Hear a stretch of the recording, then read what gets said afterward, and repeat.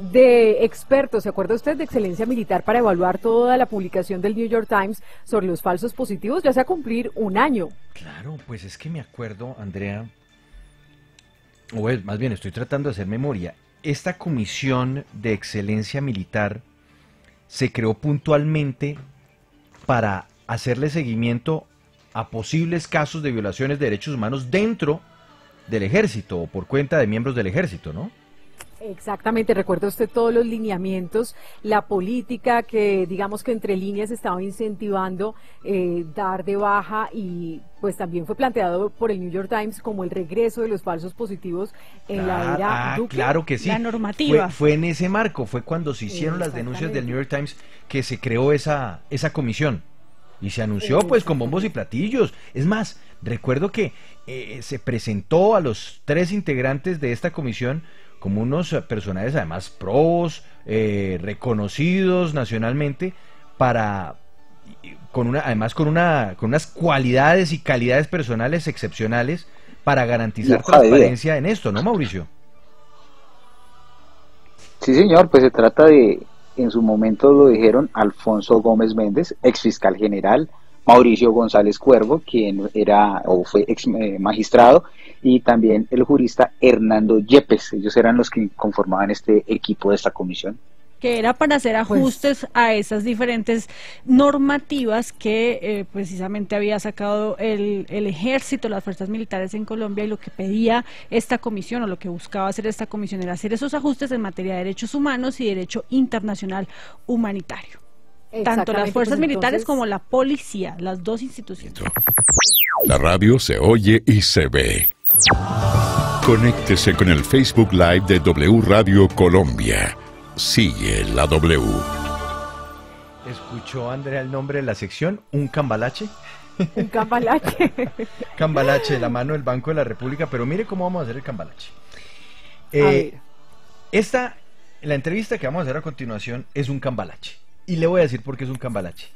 Porque nosotros hubiéramos soñado, es más, soñamos con poder hablar en este espacio con alguno de los 3 miembros de esta Comisión de Excelencia Militar creada hace ya más de un año por el Gobierno Nacional. Recuérdeme los nombres, Mauricio.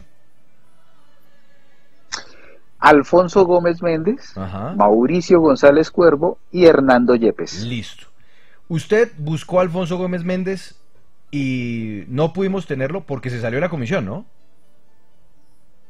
Sí, señor, me dijo que hace más de 4 meses él le dejó el cargo argumentando motivos personales, ya no la está liderando porque él era encargado de liderarla, entonces ya este cupo quedó vacío. Ajá. Y al frente solamente quedaron Mauricio González Cuervo y Hernando Yepes. ¿Y qué le dicen ellos? ¿El informe está, no está? Hace más de un año arrancó el trabajo de esta comisión.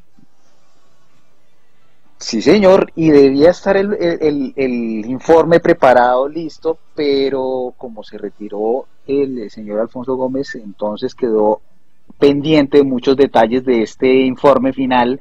Tenían un informe preliminar. Mauricio González Cuervo, hablé con él, me dice que muy pronto van a tener resultados, van a presentar el informe final. Esto va a ser aproximadamente en unos 2 meses, que están recopilando otra información y que él junto con Hernández Yepes sacarán adelante lo que falta. Pero la excusa, Mauricio, no puede ser que se retiró hace 4 meses Alfonso Gómez Méndez, porque este informe se debía entregar en noviembre de 2019. Si fue en mayo y había un plazo de 6 meses, se tenía que entregar en noviembre del año pasado.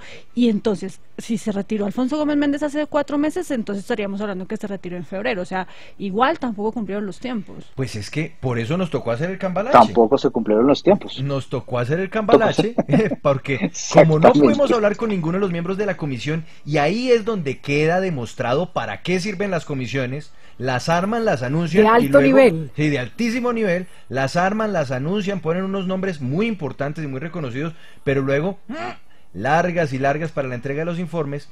Pues hombre, pasa el tiempo. Y por eso entonces nos toca llamar a uno de los más importantes voceros de la lucha por la protección de los derechos humanos en el continente, como es José Manuel Vivanco de Human Rights Watch, para que él nos diga qué esperamos de esta comisión, qué información se ha tenido, si es que se ha tenido alguna, porque en realidad el trabajo que deberían haber hecho a noviembre del año pasado, estamos en junio, 7 meses después, y nada de nada, de verdad. ¿Para qué inventarnos estas comisiones? Y además porque siguen apareciendo escándalos en las fuerzas militares. Todo lo que hemos tenido en estas semanas. Sí, y lo que está reconociendo hoy, por ejemplo, el general Zapateiro, que es el comandante del ejército, y es que hay 118 investigaciones abiertas por abuso sexual de menores dentro de la institución, dentro del Ejército Nacional, y que estas personas que están implicadas en estas investigaciones están activas. Eso es lo más grave. Imagínate. Por eso nos hacemos la pregunta y por eso la invitación es a que usted se conecte a esta hora con nosotros en nuestro Facebook Live W Radio Colombia. ¿Para qué ha servido la Comisión de Excelencia Militar creada hace un año? La Comisión de Excelencia Militar hace más de un año se creó para entregar un informe que hoy no existe. Don José Miguel Vivanco, José Miguel Vivanco, director de la División de las Américas de Human Rights Watch, gracias por estar con nosotros en Sigue la W, muy buenas tardes. Nos falta activar el micrófono. Active el micrófono. Muy bien, eso, ahora sí, perfecto. Ahora sí. Bueno, ya estamos tecnológicamente conectados. Señor Vivanco. Muchas gracias por invitarme. Pues señor Vivanco, es que lo invitamos porque escuchó muy bien la tarea que hizo nuestro compañero Mauricio. Buscó a quien encabezaba la comisión, que ya no estén hechas. Y buscó a los otros y que de pronto en 2 meses nos entregan el informe. ¿Usted siente lo mismo que nosotros sentimos al recibir esta información? ¿Es que nos embolataron con una comisión desde hace un año? A ver, la comisión la creó el presidente Duque a raíz de los escándalos que se generan con las revelaciones del periódico New York Times en cuanto a que la cúpula militar encabezada por Martínez Espinel, el general Martínez Espinel en aquellos años, el año pasado en realidad, esto no hace tanto tiempo, estaba impulsando una serie de políticas similares a la de los falsos positivos. Y lo que el New York Times y nosotros también simultáneamente revelamos fue una serie de documentos que sugieren la necesidad, por ejemplo, de doblar los resultados, donde hay unos compromisos que se les piden a las distintas brigadas de avanzar mostrando resultados sin los resguardos necesarios. Esta comisión la creó el presidente Duque, que por cierto ustedes ya se han referido al currículum de cada uno de sus integrantes, realmente muy conocido y muy respetable cada uno de ellos. La misión que tenían era abordar este asunto y hacer unas propuestas de reforma. Nosotros, cuando ellos entregaron el informe, después de algunos meses de funcionamiento, criticamos, yo diría duramente, el informe. Lo consideramos inadecuado, insuficiente. Mire usted, por ejemplo, le doy un ejemplo.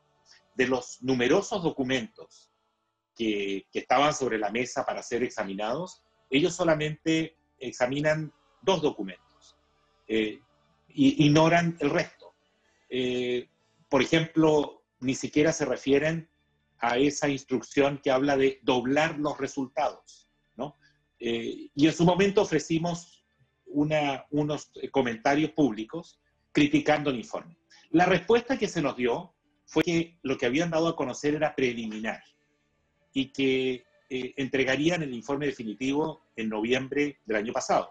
Y de hecho, en las reglas del juego que ellos dieron a conocer, decía allí que se comprometían en noviembre a entregar un informe ya definitivo, completo. Hasta ahora no hemos conocido el informe, pareciera que entregarían este informe definitivo en el mes de agosto. Sí, bueno, señor Vivanco, de todas formas, esta comisión lo que buscaba o se creó con el objetivo, como mencionábamos anteriormente, de ajustar las disposiciones que tuviera en ese momento o que hayan expedido hasta ese momento las fuerzas militares y la policía en materia de derechos humanos y derecho internacional. Pero de todas formas yo quiero preguntarle, ¿qué es o qué se podría hacer desde esa comisión para cambiar eso, para cambiar esas normativas, esas disposiciones? En últimas, ¿qué significa excelencia militar? Mire, a ver, ellos dijeron en ese informe que estaban muy complacidos porque el ejército había, y lo elogian, habría derogado todas esas disposiciones, lo cual es contradictorio con nuestra información a la época, porque nos constaba que el ejército había derogado solo una de esas disposiciones. Y le respondo a su pregunta porque es muy curioso que en el informe, que hasta ahora es el único que conocemos, que es el preliminar, ellos también celebraban esa derogación, o supuesta derogación, porque decían, estas normas generaron preocupación en algunos sectores nacionales, como si el problema hubiera sido de relaciones públicas, cuando aquí lo que está en juego es el récord del ejército, la profesionalización del ejército, el que existan mecanismos eficaces y oportunos para corregir conductas y sancionar a responsables de abusos, y que por sobre todas las cosas no se vuelva a reproducir lo que fueron los falsos positivos. Sobre eso no vimos nada en su momento. De hecho, en ese informe preliminar, ellos dicen que no conocen de ningún caso de falso positivo o de abuso militar que se haya producido el año pasado. Y nosotros les respondimos que era cuestión de leer la revista Semana de la época, porque en la revista Semana se denunciaba en su momento casos de falsos positivos en Tumaco, en Tame, en marzo del 2019, en mayo del 2019, y también el famoso caso de Dimar Torres en Catatumbo, que ocurrió en marzo del 2019. En fin, creo que tenía muchas deficiencias y era realmente muy liviano el informe que dieron a conocer. Yo creo que la tarea es enorme, implica una enorme responsabilidad, una gran responsabilidad, es una oportunidad también, y hay que así decirlo, y ojalá que nos entreguen un informe que vaya a las raíces del problema, que tiene que ver con la falta de controles, falta de profesionalismo, con la impunidad que rodean este tipo de abusos aberrantes como los que hemos conocido en relación a los abusos sexuales contra menores indígenas. Sí. En fin, que ojalá esta sea una oportunidad para ofrecer propuestas serias y, señor Vivanco, que tiendan a mejorar la conducta de las... Perdóneme, lo interrumpo, pero es que, bueno, no sé, un informe como este que se requiere, que se esperaría de una comisión de este tipo, normalmente, ¿en cuánto tiempo se logra desarrollar? ¿Basta con 6 meses? ¿Basta con 3 meses? ¿Se necesita más de un año? Usted tiene experiencia en hacer estos informes además grandes, informes llenos de datos. ¿Esto es difícil, es fácil de armar? Más cuando en principio es una comisión creada por el presidente de la República. Mire, a ver, una encomienda de esta naturaleza es una tarea seria, compleja, difícil. Pero para que las cosas se faciliten, uno debe contar con la cooperación de las autoridades. A mí me correspondió hacer un informe, dirigir un informe sobre conducta policial el año pasado en Chile. El presidente Piñera me invitó a dirigir un esfuerzo serio para evaluar la conducta de los policías en medio de unas protestas muy, muy duras en las calles de Santiago y a través de todo el país. Estuvimos cerca de un mes trabajando día y noche con un grupo de 5 investigadores de Human Rights Watch, pero esta es la clave, sí, con total cooperación de todas las entidades gubernamentales, tanto de la policía como fiscalía, en fin, todas las entidades nos colaboraron y pudimos sacar un informe que tuvo impacto y que generó el compromiso del gobierno por introducir reformas serias. Para que una comisión presidencial de esta naturaleza funcione, no solo necesita de la cooperación plena, sino también de un equipo de investigadores, que yo no sé si cuentan realmente con ello. Un equipo fuerte, sí, de personas con experiencia, que puedan distribuirse tareas y que puedan levantar la información que les permita hacer un diagnóstico, que es lo primero que tienen que hacer. Sí, señor. Señor Vivanco, justamente pues esta comisión no tiene funciones de instrucción o de investigación, como usted lo acaba de mencionar. ¿De qué sirve documentar casos cuando en realidad lo que se necesita es una pronta acción que evite nuevas violaciones a los derechos humanos? ¿No cree que en ese sentido, en ese orden de ideas, se debe fortalecer la justicia penal militar o la justicia ordinaria e incluso controles quizás castrenses para que no exista abusos o exceso de las fuerzas militares? No, la justicia penal militar no es la respuesta adecuada para este tipo de abusos, este tipo de aberraciones. Son crímenes comunes. La justicia penal militar debe estar en condiciones de actuar cuando se trata de faltas y crímenes a la disciplina militar únicamente. Pero en la medida en que exista una estructura de justicia penal militar que pueda operar en términos serios, rigurosos, al margen del mando, ¿no? Cosa que hasta ahora no ocurre en Colombia. Pero insisto sobre el punto original. Yo entiendo lo que usted dice. Esta comisión no tiene la facultad, la capacidad para investigar casos y empezar a evaluar caso a caso. Obviamente que de eso no se trata, pero tiene que hacer un diagnóstico. O sea, no puede simplemente dedicarse a examinar o a leer un reglamento, una norma. Tiene que hacer un diagnóstico que le permita establecer en qué reside el problema, en qué consiste el problema, ¿no? Y cuáles son, dónde están los vacíos, dónde están los cuellos de botella para que estas materias se investiguen a tiempo o se puedan prevenir. ¿Qué es lo que está fallando en el funcionamiento de una institución tan importante, tan poderosa como el Ejército colombiano? Director Vivanco, se escucha mucho la frase de manzanas podridas. Por supuesto, aquí no se trata de denigrar y de acabar con la imagen de una institución tan importante para Colombia, pero es que hay unos casos que vuelven a repetirse. Tiene que ver con el caso de las chuzadas. Cada cierto tiempo vuelven entonces estos cuestionamientos. Estamos hablando de los perfilamientos a periodistas, líderes sociales, y ahora estamos hablando del escándalo que usted incluso pues replica y pide también investigación en su cuenta de Twitter sobre las denuncias de violación de soldados a menores de edad, indígenas. ¿Qué hacer entonces cuando ya hay casos que son repetitivos de violaciones a derechos humanos? ¿Qué puede hacer el gobierno aparte de crear una comisión? A ver, la pregunta que usted me hace es fundamental y es central, porque a lo largo de los años yo he tenido conversaciones similares con prácticamente todos las autoridades civiles que han ocupado el puesto de ministro de Defensa en el país desde los tiempos del presidente Gaviria. Y algunos más con mayor talento, otros con menos, algunos con conocimiento en materia de seguridad pública, otros con prácticamente ningún conocimiento, en fin, algunos más competentes que otros, pero cuando uno dialoga con un ministro de Defensa colombiano, usualmente, normalmente, hay coincidencias en los objetivos, en las necesidades de reformar ciertas prácticas, en fin. Pero uno se pregunta, ¿tiene el ministro de Defensa realmente capacidad de supervisión? ¿Están realmente subordinadas las fuerzas militares, en particular el ejército, al control civil en Colombia?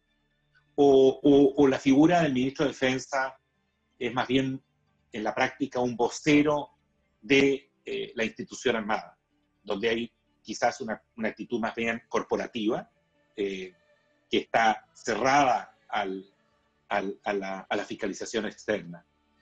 Si no se resuelve ese problema, si no se entiende aquí que la discusión no puede ser si son manzanas podridas, si no lo son, cuántos casos hay, por qué estas cosas siguen reproduciéndose, volviendo al tema de las chuzadas, por ejemplo, o de los aparatos de inteligencia del ejército, creo que aquí falta un liderazgo y una voluntad política clara para intervenir con seriedad las fuerzas militares, la fuerza pública, incluyendo no solo el ejército, también la policía y quizás las otras ramas, pero sobre la base de un proceso serio, un proceso riguroso que tienda a profesionalizar, y para eso se requiere un buen diagnóstico.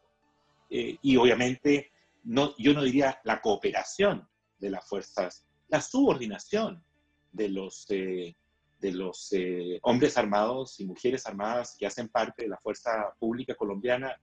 Desde luego, si esa subordinación no existe y si el ministro solamente tiene un concepto, un alcance quizás hasta superficial de lo que allí ocurre, va a ser muy difícil que estas cuestiones se corrijan y no nos encontremos comentando nuevamente y muy pronto sobre abusos similares. Señor Vivanco, pues queríamos dedicar unos minutos y hacer este cambalache con usted porque igual seguimos esperando y ansiamos poder leer ese informe y de la misma manera en que usted lo señala, creo que para todos los colombianos y para nosotros, por supuesto, es necesario que estas situaciones no se repitan y sobre todo que se encuentre la manera para evitar la replicación, el proceso de que estas historias dentro del ejército se vuelva en un dolor de cabeza nuevamente para los colombianos. Bueno, y dolor de corazón. Señor Vivanco, gracias por estos minutos en Sigue la W. Al contrario, un placer estar en la W. Hacemos una pausa, Sigue la W.